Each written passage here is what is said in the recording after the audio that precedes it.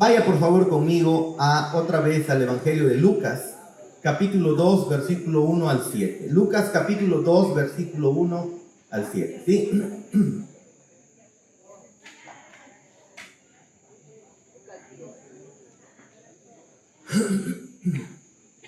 ¿Lo tiene, por favor? Lucas capítulo 2.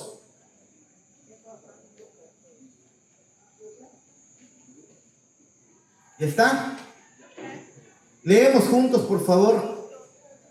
Dice, si nos ponemos de pie para poder leerlo.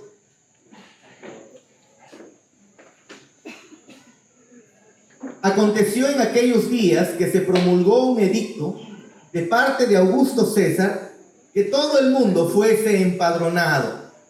Este primer censo se hizo siendo Cirenio gobernador de Siria, e iban todos para ser empadronados cada uno a su ciudad. Y José subió de Galilea, de la ciudad de Nazaret a Judea, a la ciudad de David, que se llamaba Belén, por cuanto era de la casa y familia de David, para ser empadronado con María su mujer, desposada con él, la cual estaba embarazada e encinta. Y aconteció que estando ellos allí, se cumplieron los días de su alumbramiento. Y dio a luz a su hijo primogénito, y lo envolvió en pañales y lo acostó en un pesebre, porque no había lugar para ellos en el mesón. Tome su lugar, por favor.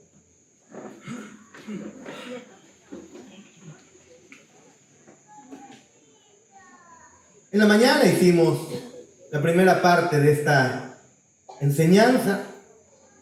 Observábamos que Lucas, cuando está escribiendo este evangelio, porque es Lucas quien escribe el evangelio que lleva su nombre, lo escribe a un personaje llamado Teófilo.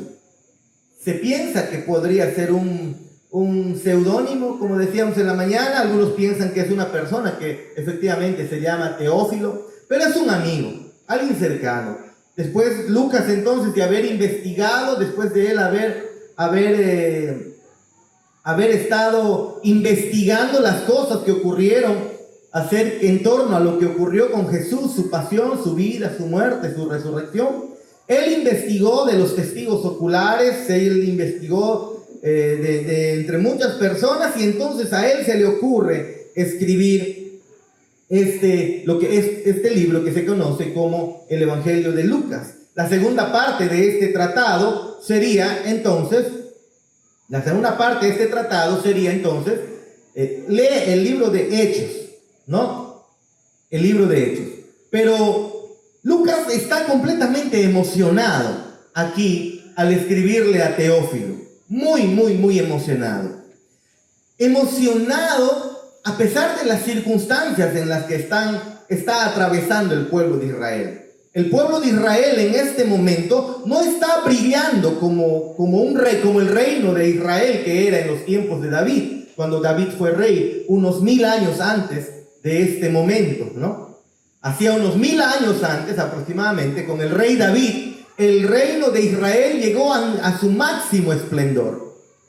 Y después, con su hijo Salomón, todavía el reino disfrutaba de una grandeza maravillosa. Tal es así que incluso de muchos pueblos del África y muchos pueblos ahí del Mediterráneo venían a buscar la sabiduría del rey de Israel. Israel estaba en paz con sus enemigos porque Israel había derrotado a sus enemigos. El pueblo disfrutaba de paz. Israel se había hecho un reino muy sólido, un reino muy firme. Pero eso no está ocurriendo aquí cuando Lucas está escribiendo.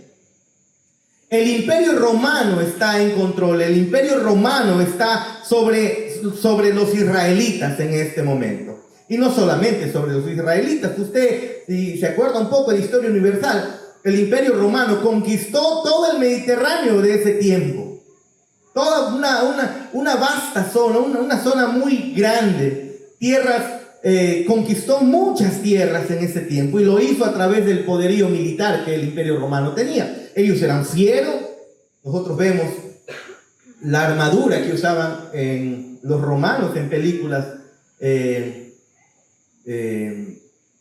que se hicieron tomando en cuenta pues en esos tiempos del Imperio Romano, ¿no es así? Y vemos que parece que están con sus falditas, su casco, pero para esos tiempos esa armadura era formidable, pues, comparado a cómo es que los otros pueblos eran mucho más débiles. Tenían caballos, tenían carros, tenían sus carruajes, tenían armamento, tenían un poderío militar muy fiero, que hizo que Roma o los romanos conquisten muchísimo territorio y tenían a estos pueblos conquistados.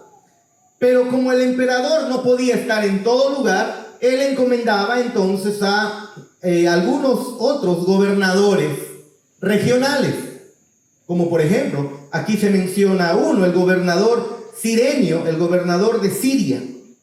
Este gobernador es el encargado de orquestar o de dar la orden para que se realice un censo. Y en medio de esto que está ocurriendo a manos de personas impías, de hombres impíos, de personas que no creen en Dios, están ocurriendo cosas. Estas cosas Dios las está orquestando, hemos visto en la mañana. Dios las está usando de una manera maravillosa para cumplir su evangelio maravilloso. Entonces en la mañana hacíamos algunas preguntas. ¿Alguna vez tú has estado preocupado, angustiado, incómodo por la situación en la que te encuentras, en la situación en la que estás? Tal vez la enfermedad te está atacando la vida, tal vez el trabajo te es muy hostil, tal vez no te sientes muy cómodo, tal vez sientes que deberías estar en una mejor posición y te sientes tal vez humillado en el lugar donde te encuentras. Tal vez la familia está trayendo muchas complicaciones emocionales, las amistades, qué sé yo. Y a veces como creyentes llegamos a pensar, ¿será esto lo que Dios quiere para mi vida? ¿Será que este es el lugar donde yo tengo que estar? ¿Será esta la circunstancia? Porque no parece que la mano de Dios estuviera actuando a mi favor. Y entonces muchas veces comenzamos a dudar, pero en la mañana veíamos que en medio de este pasaje nosotros podemos encontrar 4 cosas maravillosas. Hay muchas otras cosas, pero queríamos resumir esto en 4 cosas maravillosas. Primero, que nuestro Dios es soberano. Nuestro Dios es completamente soberano. Y en medio de las circunstancias que puedan estar ocurriendo, adversas incluso para su pueblo, nuestro Dios tranquilamente sigue paseando y haciendo su voluntad. Y aunque el pueblo puede estar angustiado, no, tranquilo, nuestro Dios está orquestando cosas maravillosas, como lo hemos comenzado a ver en la mañana. Y lo otro que terminaremos de ver el día de hoy es que estos pasajes nos muestran el maravilloso carácter de nuestro buen Dios, este Dios maravilloso. La soberanía lo hemos visto cuando hemos observado el versículo 1, 2 y 3, cuando hemos visto cómo es que nuestro Señor Jesús nace. ¿En qué momento es que Jesús nace? Nace en el momento en el que el pueblo de Israel está prácticamente esclavizado a manos de un imperio extraño, pagano. Ni siquiera era un imperio que adoraba a un solo Dios falso. Estos eran politeístas, paganos, completamente paganos. Adoraban a dioses falsos, a muchos dioses falsos. Pero increíblemente nuestro Señor nace en ese momento en el que el pueblo de Israel está oprimido, completamente oprimido. Y en medio de esa opresión nuestro Dios está orquestando algo maravilloso: el nacimiento de nuestro Señor Jesús. Y es que así actúa nuestro Dios, hermano. Nosotros pudiéramos estar viendo cosas horribles por encima, pero por debajo nuestro Dios está construyendo cosas sólidas, cosas maravillosas, cosas hermosas. Y no debemos temer, porque nuestro Dios está sentado en su trono. Nadie lo ha movido. Ninguna circunstancia, ningún problema, ningún dolor, ninguna pérdida ha quitado a nuestro Dios de su trono. Lo segundo que hemos visto en la mañana es el lugar donde Jesús nace. Sus padres no estaban, o María y José, no estaban viviendo en Belén de Judea. No estaban en Jerusalén. Ellos vivían por la zona de Galilea. Y entonces, ¿qué iba? La profecía en Miqueas y otros pasajes más, especialmente en Miqueas, decía que el Mesías, el Cristo, nacería en Belén de Judea. Pero no hay intenciones de María, estando embarazada, de ir ni de José, de ir a Belén de Judea. Entonces, soberanamente Dios orquesta que estos gobernadores paganos le ordenen a todo el pueblo, a todos los israelitas, quieren saber cuántos son, y les ordena que vayan y regresen a su ciudad, y en su ciudad de origen sean censados. Y entonces María y José, obligados, comienzan a caminar y a subir hacia Jerusalén.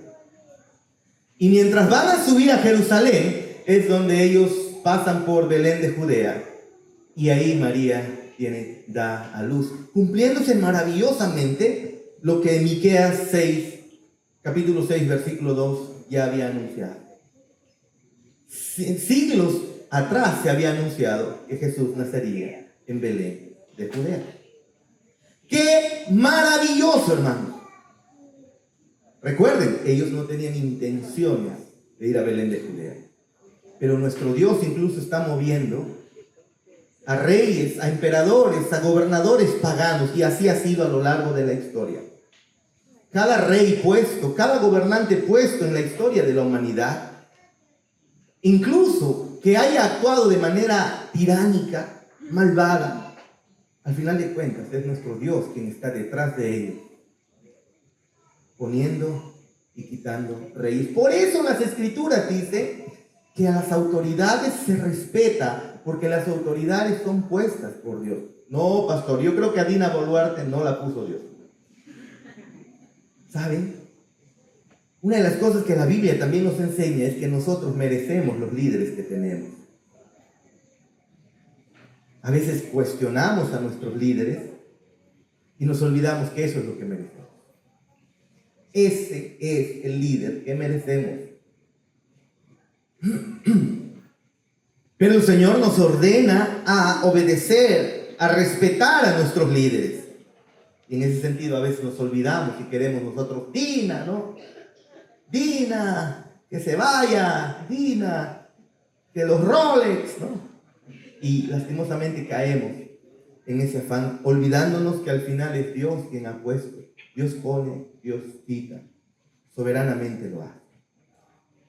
Todas las circunstancias de nuestras vidas, hermanos, están en las manos de Dios. Nosotros podemos confiar plenamente en Él. Eso es maravilloso. Lo tercero, y ahora sí, después de haber hecho el resumen de la mañana, lo tercero que quisiéramos ver en estos pasajes es cómo es que nuestro Señor Jesús nace. ¿En qué circunstancias es que nuestro Señor Jesús nace? Porque increíblemente este pasaje nos muestra ese momento. Miren, veamos el versículo 6 y 7, por favor. Versículos 6 y 7. Coja su Biblia, por favor. Siempre coja su Biblia. Abra su Biblia. Sígame con la mirada en su Biblia, por favor. ¿Sí? Primero, para que esté atento, para que pueda captar la idea y no se distraiga. ¿Sí? Por favor.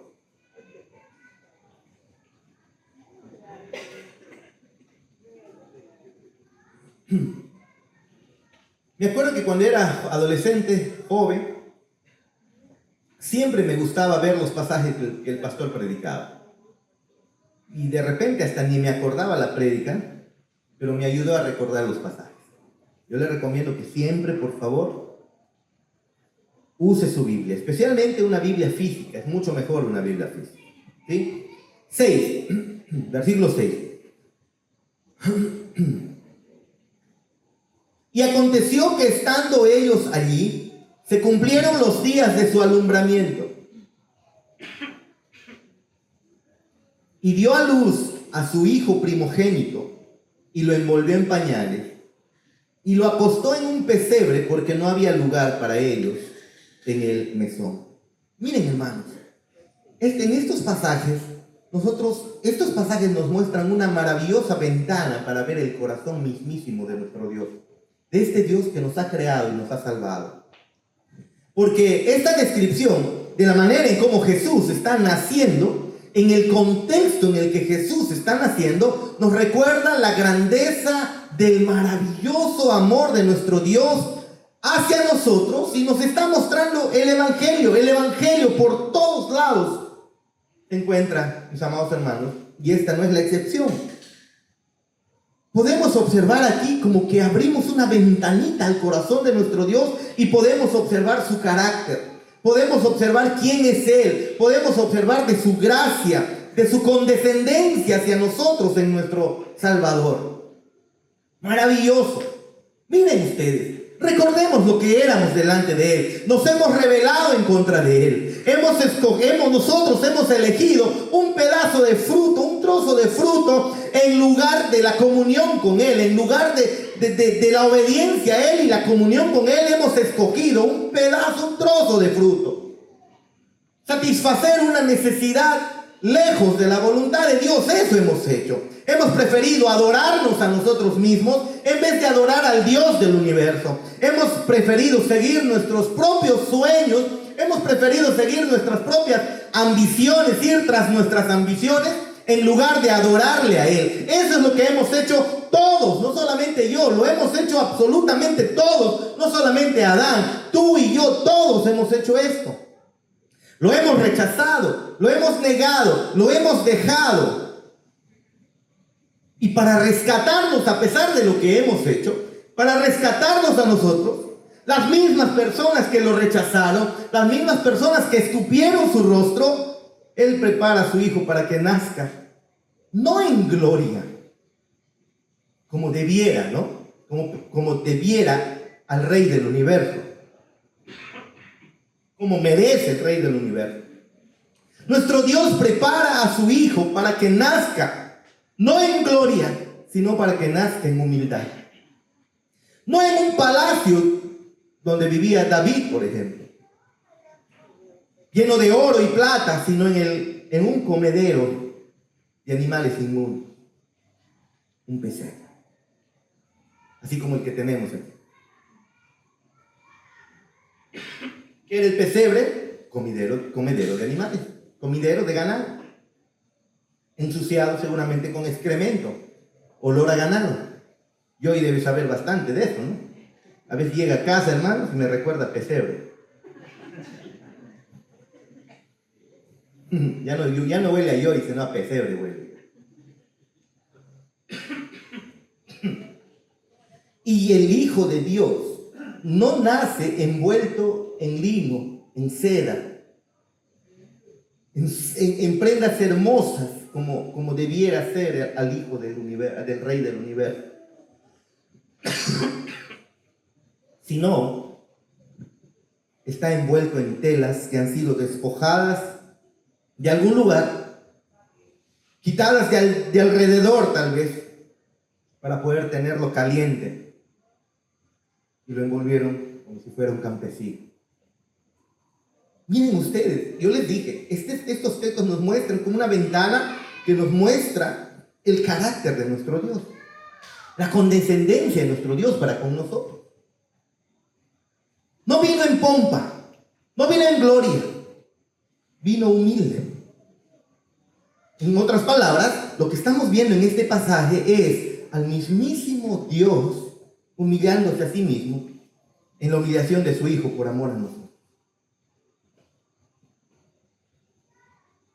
Al mismísimo Dios humillándose en la humillación de su Hijo por amor a nosotros. Y si te das cuenta, esa es una imagen, es la imagen gloriosa de lo que Dios hace con nosotros en el Evangelio. En el Evangelio Él se humilla para salvarnos. Y aquí estamos viendo cómo es que Él se humilla al enviar a su Hijo a nacer, no en gloria, sino en humildad, cuando no merecía que Él nazca de esa manera. Por eso los judíos estaban confundidos. Se suponía que Él tenía que nacer en un palacio. El Mesías, el enviado de Dios, el hijo de David, tenía que nacer en un palacio envuelto en telas especiales. Pero no. Nace en un pesebre, en un establo, sucio, con paja, envuelto con trapos para que pueda calentarse. ¿Te das cuenta? Eso es evangelio, hermano. Porque lo que sea necesario, nuestro Dios siempre lo hace. ¿Te das cuenta? Lo que sea que cueste, Él lo paga. A donde sea que Él tiene que ir para salvarnos, Él va. Lo que sea que Él tiene que soportar, Él lo soporta, ¿no, Kevin? Él lo soporta. Con tal de mostrarnos quién es Él. ¿Te das cuenta? El Salvador, desde el mismo momento de su nacimiento, Él comienza a experimentar personalmente la humillación que nosotros debiéramos haber experimentado. A causa de nuestro pecado, tú y yo merecíamos experimentar humillación y no. Él se encarna y en el momento de su encarnación, Él comienza a experimentar humillación. Pero Él no lo experimenta a causa de su pecado. Él lo experimenta por amor a nosotros. Él no tiene pecado, usted lo sabe. Y Cristo acepta esta experiencia de humillación porque Él lo que está haciendo es vivir por nosotros. Él está viviendo lo que tú y yo merecemos. Él está viviendo en nuestro lugar. Así que cada calamidad que su pueblo experimentaba a causa del pecado, Él comienza a experimentar.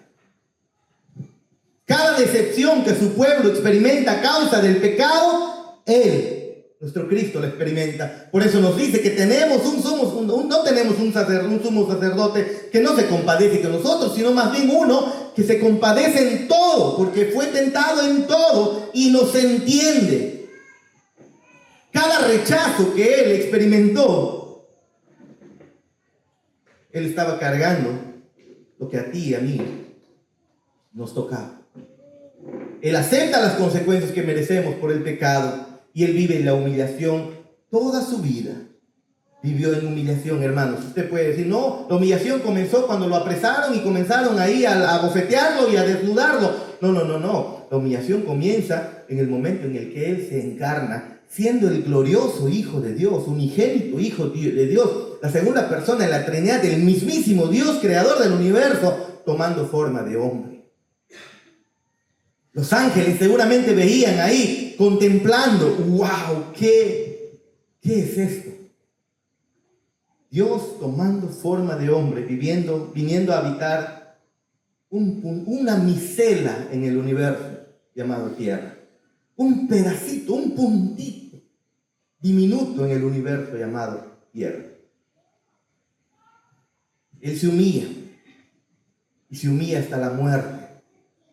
¿Acaso no podemos ver la grandeza del corazón de nuestro Dios?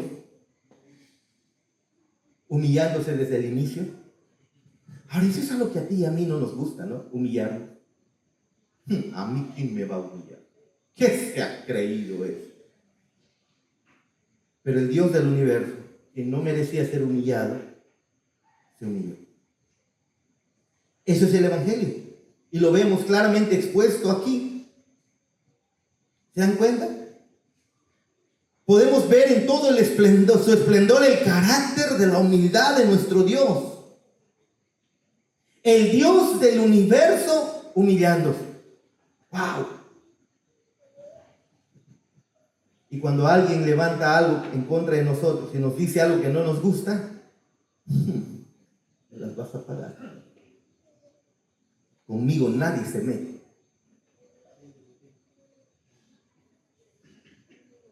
Y nuestro Dios se humilla al humillar a su Hijo por nosotros. Y por eso cuando nos llama a la humildad, no nos está llamando a hacer algo que Él mismo no ha hecho. Él ya lo hizo. Él se humilló. No nos está llamando a hacer algo para lo cual Él mismo no ha dado el primer paso. O algo que sea incompatible con su carácter. No, cuando nos llama a humillarnos, nos llama a hacer algo que Él mismo ha hecho, reflejando su propio carácter, su propia gloria en medio de la humillación. Así que cuando el Señor nos llama, hermanos, a ser humildes en la manera, por ejemplo, en la que te relacionas con las personas en tu día a día, a quienes de repente ni les importas. ¿Cuántas personas a veces nos menosprecian, sí o no? ¿O te menosprecian? Menosprecian lo que haces, menosprecian lo que dices. No te toman importancia, solamente quieren humillarte. Pero nuestro Cristo pudiera decirte en esos momentos, ¿sabes? Si tú no sabes cómo humillarte, si tú no sabes hacer eso, mírame. Mira en este pasaje cómo es que yo me humillé al nacer en un pesebre sucio, inmundo. Observa cómo yo, el mismísimo Dios del universo que creó este mundo, que te creó a ti mismo, me humillé ante pecadores que deseaban mi muerte, te diría él. Pecadores que rechazaban. Recuerda, eso es lo que hacíamos, lo rechazábamos. Y por su gran amor con que nos amó, se humilló a pesar de nuestro rechazo. Ahora, ¿será fácil humillarnos ante una persona que nos ha tratado injustamente? ¿Qué dicen ustedes? Piense en una circunstancia que ha vivido y que usted cree que injustamente alguien te ha humillado. Pensemos. ¿Que es difícil humillarte ante una persona que te ha tratado injustamente? ¿Qué dices? El Señor Jesús te diría entonces, obsérvame. ¿Sabes por qué? Porque Jesús jamás te pedirá que hagas algo que Él mismo no ha hecho ya. Él se humilló y al hacerlo mostró su corazón, su carácter. Ese es un gran estímulo para vivir la vida cristiana, si te das cuenta. Si Él lo hizo, ¿por qué yo no lo hago? A veces nosotros, me acuerdo que en el colegio, aparecía alguien en el colegio, ¿no? Me acuerdo en el Gómez, en esos tiempos comenzaron a aparecer las zapatillas Reebok. Y entonces por ahí apareció alguien que tenía dinero, pues apareció con sus zapatillas Reebok y todos, zapatillas Reebok. Y comenzaron a querer imitar todos y por ahí nomás salían algunas zapatillas que solamente se les cambiaba la letrita y ya no decía Reebok, sino Robo o algo así. Y todos ellos, ¿no? Caminaban. Y así, ¿no? Creo que yo me compré una vez una de esas. Queriendo imitar. A veces queremos imitar cosas tontas, ¿no? Viene Cristo y te dice, no imites tonterías. Imita mi humildad. Imita cómo yo me comporté al irrumpir en el mundo, al entrar en el mundo. Él nos mostró su corazón. Un corazón humilde. Qué gran estímulo para vivir la vida cristiana, hermanos, que debemos recordar constantemente. La humildad de nuestro Cristo creo que nos da una bofetada bien grande. Nosotros que queremos que nos traten, a mí nadie me va a tratar como quiere. A mí no ha nacido hombre o mujer que me levante la voz. Qué absurdo, los creyentes no actúan así. Por último, veamos en lo que continúa el pasaje, lo irónico de todo esto que está aconteciendo, hermano. Miren, hay una ironía increíble aquí. Hay una ironía en la absoluta de la soberanía de Dios que se muestra aquí en el tiempo y el lugar y especialmente en la manera del nacimiento de nuestro Señor Jesús. Porque no es solo el momento de la encarnación lo que sorprende, aunque el momento es increíble, ustedes se dan cuenta. En el tiempo preciso, el verbo carne se hizo, pero espérate, observemos el momento en el que nace, un momento difícil para Israel, pero nuestro Dios está haciendo cosas gloriosas cuando el pueblo no lo está viendo. No es solo lo que nos sorprende, cómo es que Dios lleva soberanamente a María y a José al lugar exacto y correcto para la encarnación que había sido profetizado hacía unos cientos de años atrás. No es eso solamente lo que nos sorprende, sino que es la manera, es el método y el contexto de la encarnación lo que sorprende increíblemente. ¿Cómo es que el poder de Dios se muestra en la debilidad? Y eso es algo maravilloso, hermano. Miren, vayamos a Lucas 1, 26 al 33, por favor. Retrocedamos un poco a Lucas capítulo 1, versículo 26. Coja su Biblia, por favor.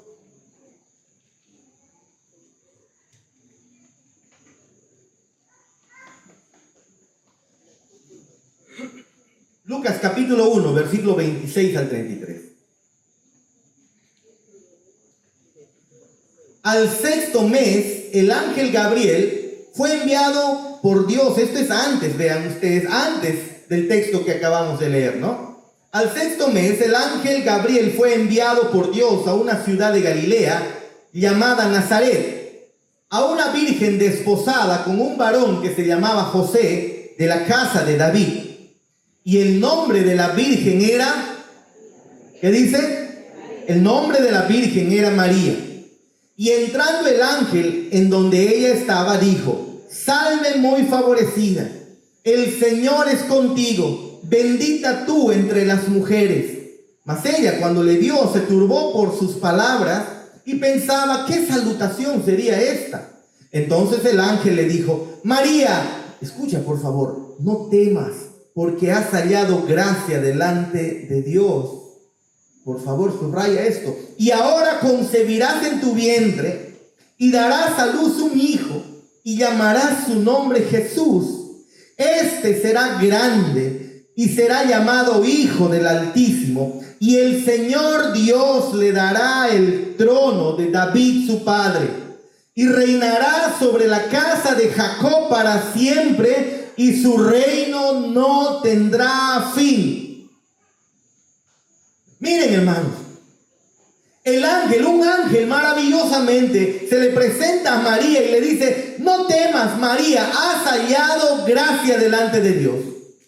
Y no solamente eso, María, ahora vas a concebir en tu vientre y vas a dar a luz un hijo. Su nombre tú le vas a poner de nombre Jesús. Josué, ¿no? En hebreo. Jehová salva, o Jehová es el Salvador, o la salvación es de Jehová. Este va a ser, por favor, mira, será grande, será llamado Hijo del Altísimo. Y el Señor Dios le va a dar el trono de David su padre, y reinará sobre la casa de Jacob para siempre, y su reino no tendrá fin. Qué irónico, hermanos. ¿Por qué? Porque estas palabras están antes, momentos antes del nacimiento, no ahí en el pasaje de Lucas, momentos antes del nacimiento de Cristo. Salve, muy favorecida, el Señor está contigo, el Señor te protege, el Señor te guarda. Su promesa es que Él te va a sostener, su promesa es que Él va a estar contigo, y su hijo está en tu vientre. Esta mujer acaba de escuchar del enviado, del ángel de Dios, de un ángel enviado de Dios, acaba de escuchar que Dios prácticamente la va a proteger. ¿Por qué? Porque en su vientre está cargando al mismísimo Dios del universo. Y ahora, en el texto que hemos leído al inicio, escuchamos: no hay lugar en el mesón para su nacimiento. Vean ustedes, hermanos. Versículos antes: este que va a nacer será grande, este que va a nacer será maravilloso, este que va a ser, se le va a dar, reinará sobre la casa de Jacob, se le dará el trono de David, su reino no va a tener fin, es un reino eterno. Le está diciendo: es el mismísimo Dios que va a nacer. Y más adelante: no hay lugar en el mesón para su nacimiento. No hay posada para Cristo. Se le niega la posada al Rey del universo. Qué irónico, ¿no? Primero el anuncio: será grande, será mayor, su reino eterno, Hijo de Dios es el que va a nacer. Y cuando va a nacer, no hay un lugar donde nacer.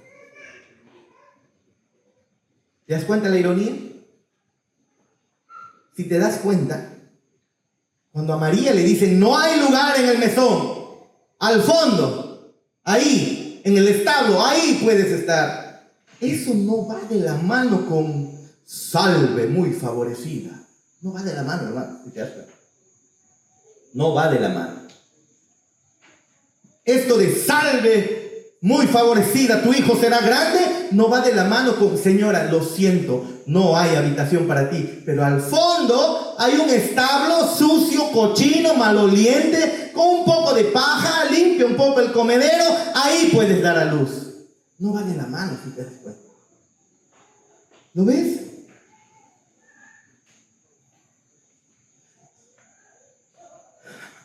Yo creo, si estuviéramos ahí presenciando los momentos en los que se está dando esto, no creo que hubiéramos nosotros tal vez adivinado o pensado que cuando el ángel dijo, será grande, será llamado Hijo del Altísimo, se iba a decir luego, oye, ¿dónde nació? Ahí en un pesebre, al lado de unos ganados mugrosos. No creo que nos hubiéramos imaginado. Será grande, Hijo del Altísimo. Estaríamos pensando, ¿dónde estaría? ¿Dónde nacería? Un palacio. Esas palabras no van de la mano, si te das cuenta. Esas circunstancias, hermanos, parecen desmentir el poder y el consuelo y las palabras de bendición y las promesas del favor de Dios para María. No hay mesón. No hay lugar para ti. Parece que estas palabras van en contra y parece que estuvieran desmintiendo lo que Dios le había dicho a María. Será grande, Hijo del Altísimo. No va de la mano, hermano. Cuando Dios le dice, yo estoy contigo, nunca te voy a abandonar, nunca te voy a abandonar, nunca te voy a dejar. Pero sabes, no hay lugar donde pases una noche. No hay lugar donde des a luz a tu hijo. ¿Te das cuenta lo raro, lo contradictorio de esto, hermano?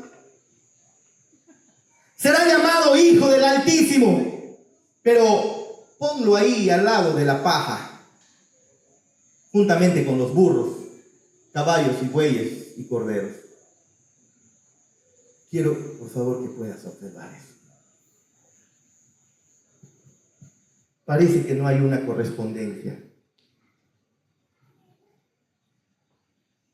Claro, nosotros ya entendemos esto, ¿no? Dentro de la historia redentora. Pero, miren, hermanos, así ha ocurrido a lo largo de todas las generaciones de los creyentes. Así ha ocurrido, hermanos. Abre tus ojos grandemente. Necesitamos que usted entienda estas verdades. Así ha ocurrido con cada creyente. Cuando el Señor en su palabra nos dice, te amo, nunca te dejaré. Pero luego escuchas al médico decir, pero todavía tienes cáncer. Así ha ocurrido siempre, hermano. No podemos vender gato por liebre. No podemos nosotros no observar la historia de los creyentes y cómo es que ellos se aferraron fielmente en su Cristo y no en las circunstancias. En su palabra nos dice, te amo. En su palabra nos dice que Él jamás nos va a dejar, pero seguramente en algún momento alguien aquí, a quien también se le ha dicho que jamás se le va a dejar, porque su palabra lo dice, en algún momento va a escuchar, el cáncer está avanzando, lo siento, no puedo hacer nada, tal vez el doctor va a decir. ¿Te das cuenta? No parece corresponder las palabras de Dios, de bendición, de prosperidad, de sostenimiento, pareciera que no corresponde con las palabras que luego en nuestras circunstancias, en nuestro día a día escuchamos. Las palabras de Dios, nunca te dejaré, nunca te abandonaré, que dice el Señor. Pero luego en nuestro día a día escuchamos, por ejemplo, que la pareja te dice, ya no te amo, o encontré a otra persona. Y todavía mejor que tú. ¿Te das cuenta que pareciera que no hay correspondencia entre lo que Dios te dice y lo que tú escuchas luego en el día a día? Él te dice, nunca te dejaré, nunca te abandonaré. pero viene tu hijo, tu hija, papá, estoy embarazada.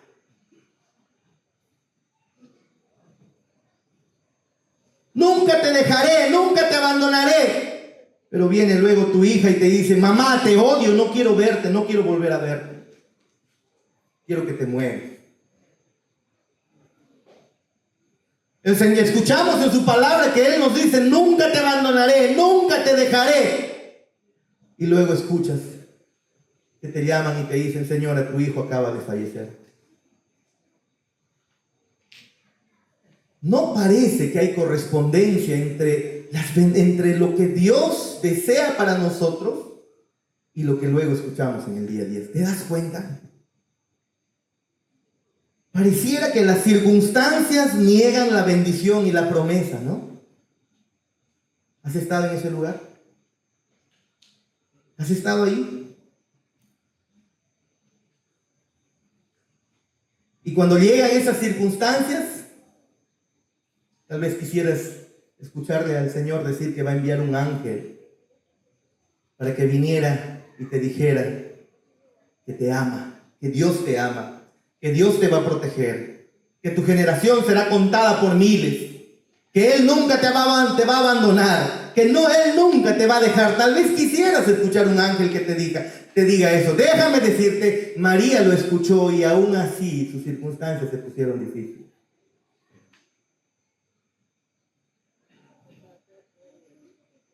A veces las personas dicen, no, si aparece un ángel, si viene un milagro sobrenatural, si Dios lo hiciera, recién yo creo que mi fe se afianzaría. Si las cosas se me mejoran, yo creo que mi fe se afianzaría.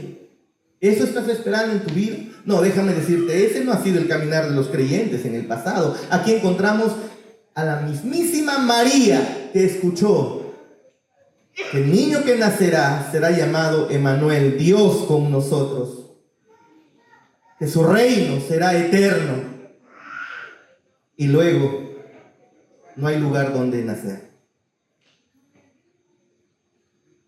Un ángel había venido a María y a José. Un ángel les había hablado de la bendición del Señor. Pero ellos estaban aquí teniendo que aferrarse con uñas y con dientes en las circunstancias en las que se encontraban.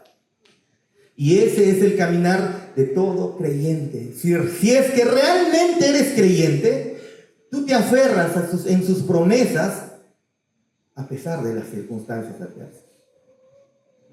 Te pregunto, ¿lo estás haciendo?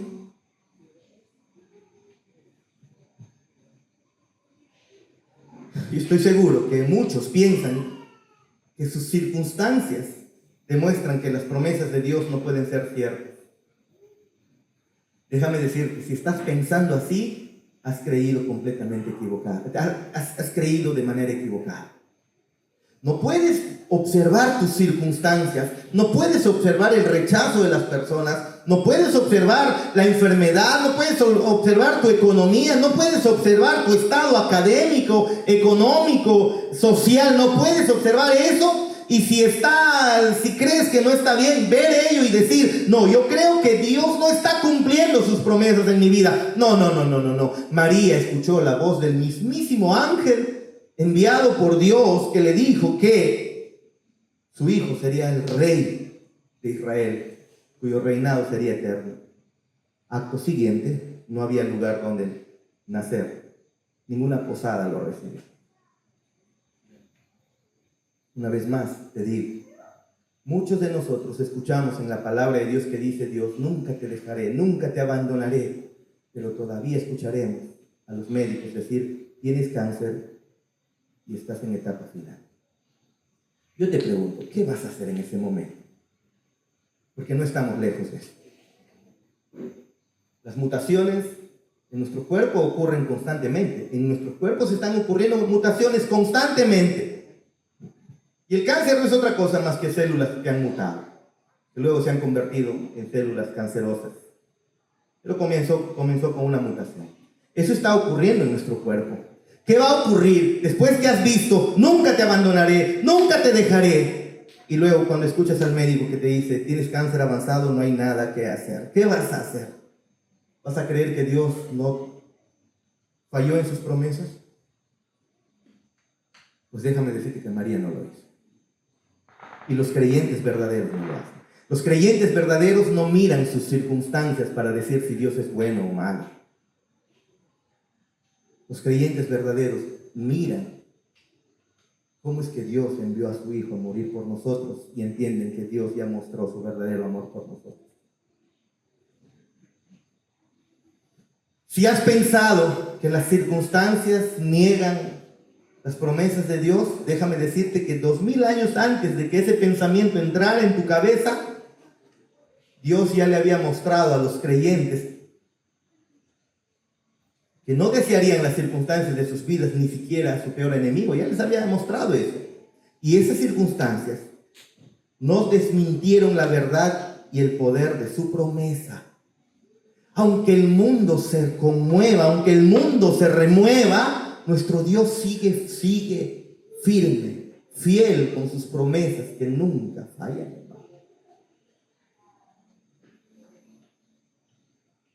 ¿Sabes? No se te ocurra pensar que nuestro Dios va a mostrar el poder de sus promesas en medio de circunstancias maravillosas. No. Nuestro Dios, por lo general, muestra el poder de sus promesas en las peores circunstancias que tú te puedas imaginar. Prepárate para esos momentos.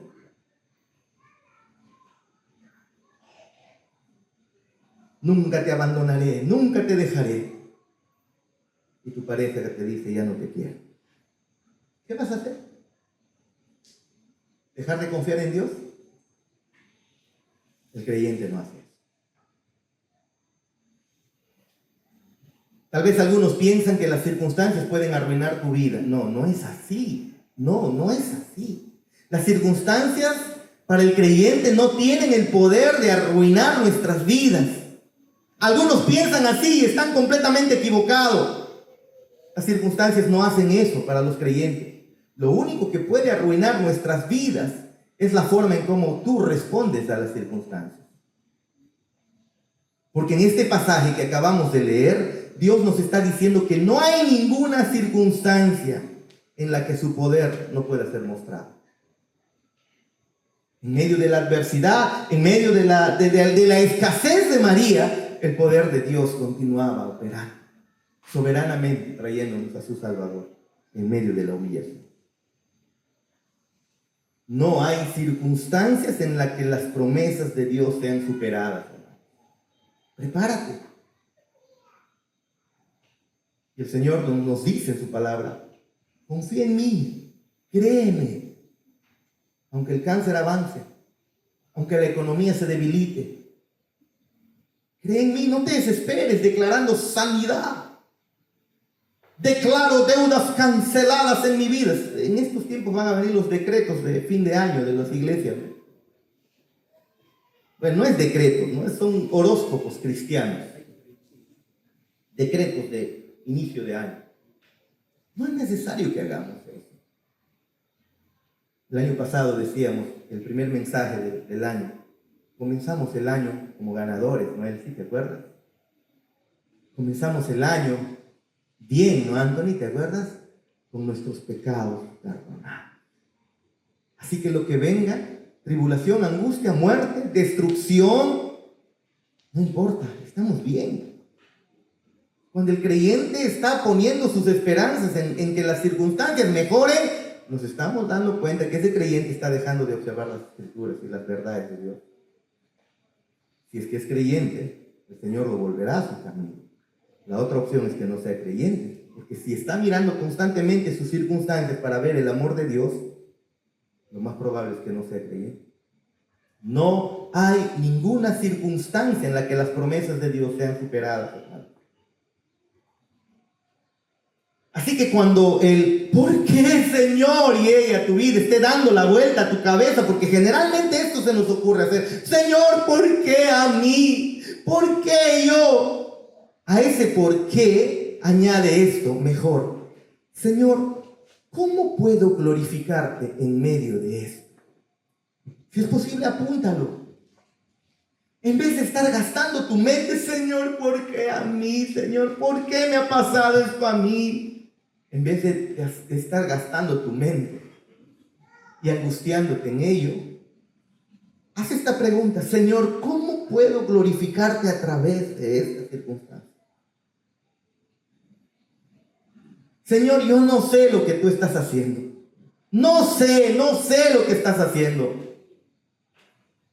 Pero yo sé que quieres que te conozca mucho más. Y quieres que yo te ame mucho más. Y quieres que te glorifique más. Esa debe ser tu respuesta. Esa debe ser nuestra respuesta. En medio de tu pérdida, pregúntate, no por qué te está pasando esto, sino ¿qué quieres, Señor, que yo haga? ¿Cómo puedo glorificarte? ¿Cómo te puedo amar mucho más?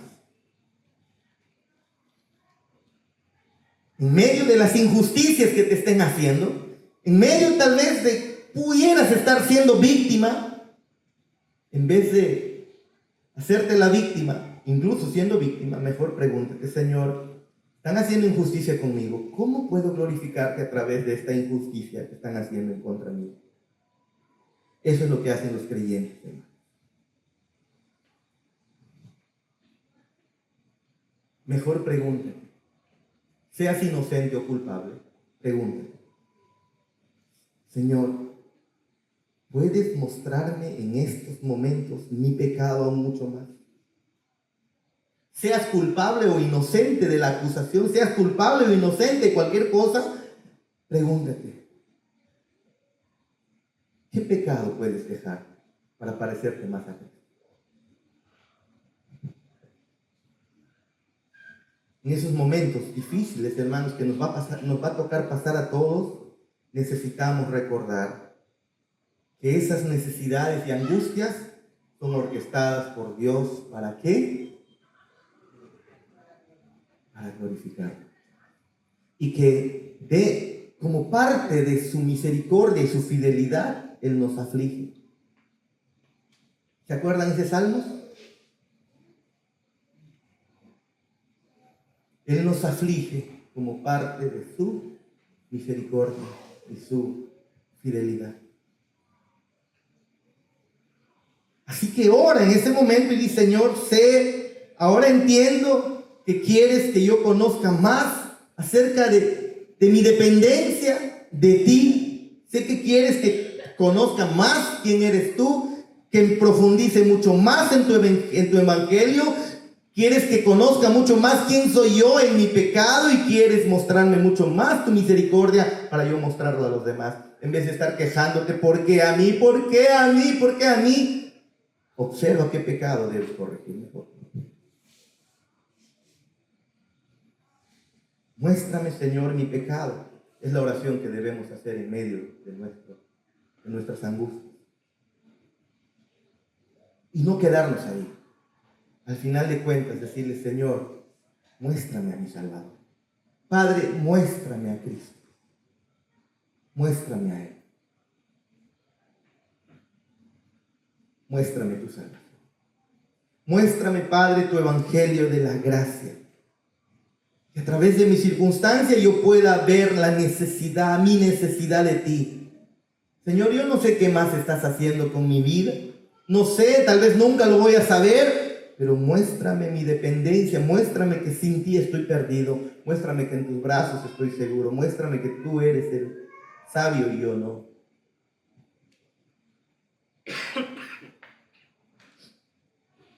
Muéstrame a Cristo. Muéstrame a mi Salvador. Esa debe ser nuestra oración en medio de nuestras angustias. Padre, ayúdame a vivir para la gloria de tu nombre. Padre, muéstrame mi pecado. Muéstrame a mi Salvador. Debe ser tu oración en medio de tu angustia. ¿Lo puedes hacer? Déjame decirte que los creyentes sí lo hacen. ¿No te alegra acaso que las personas que oyeron y vieron ángeles tienen que hacer lo mismo que tú y yo? Que no hemos visto ángeles, ni hemos oído, ni hemos visto ángeles. Ambos tenemos que creer en la palabra de Dios. Cuando las circunstancias no tienen sentido, cuando las cosas están yendo de mal en peor, debemos aferrarnos en su palabra. Y cuando lo hacemos, su poder siempre se manifiesta en medio de nuestra debilidad. Ese es el Dios maravilloso que adoramos. Pongámonos de pie y oremos al Señor.